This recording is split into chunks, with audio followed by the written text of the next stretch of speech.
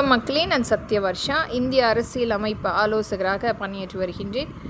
நம்மளுடைய இந்திய தேசத்தில் திருமணமாகாமல் சேர்ந்து வாழக்கூடிய சட்ட திருத்தத்தை ரத்து செய்து, லிவ் இன் ரிலேஷன்ஷிப்பை ரத்து செய்து, திருமணத்துக்கு பிறகு மட்டுமே சேர்ந்து வாழக்கூடிய அங்கீகாரத்தை செயல்படுத்த வேண்டும்.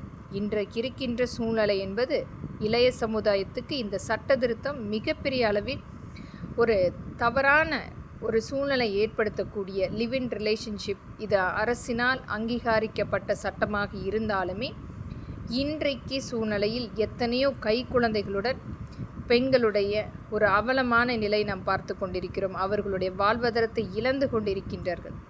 இது மிகப்பெரிய அளவில் நாளைய சமுதாயத்துக்கு ஒரு தப்பான ஒரு எடுத்துக்காட்டாக இருக்கக்கூடாது என்பதற்காக இனி வரும் காலங்களில் கட்டாயமாக திருமணம் செய்தால் மட்டுமே சேர்ந்து வாழ்வதற்குரிய அங்கீகாரம் அளிக்கப்பட வேண்டும்.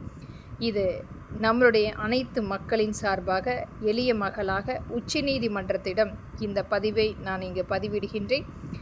விரைந்து இதற்குரிய ஒரு சட்ட திருத்தத்தை ஏற்படுத்த வேண்டும், மக்களின் நலன் கருதி. நன்றி மக்களே.